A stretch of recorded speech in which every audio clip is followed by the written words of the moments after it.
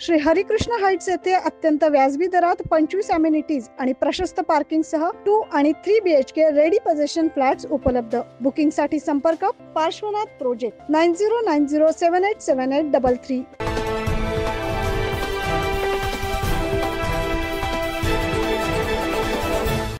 राज्यात दिवसेंदिवस लैंगिक अत्याचाराच्या घटना घडत आहे। मागील आठवड्यात ठाणे जिल्ह्यातील बदलापूरमध्ये 2 चिमुरड्या मुलीवर झालेल्या अत्याचाराच्या घटनेच्या निषेधार्थ आज महिला विकास आघाडीने राज्यभरात तोंडाला काळी फीत लावत आंदोलन केलं। नाशिकच्या कळवणमध्येही महाविकास आघाडीच्या कार्यकर्त्यांनी छत्रपती शिवाजी महाराज स्मारक जवळ जमत तोंडाला काळ्या फीत लावून भर पावसात मूक आंदोलन केलं।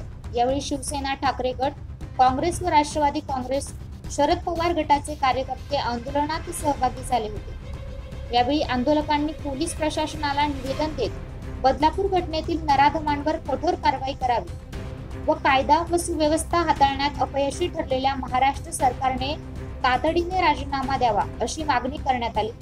राष्ट्रवादी काँग्रेस, शरद पवार गटाचे तालुका प्रमुख संतोष देशमुख, महाराष्ट्र काँग्रेस महिला उपाध्यक्ष सुमित्रा बहिरम यांच्यासह महाविकास आघाडीचे कार्यकर्ते मोठ्या संख्येने आंदोलनात सहभागी झाले होते।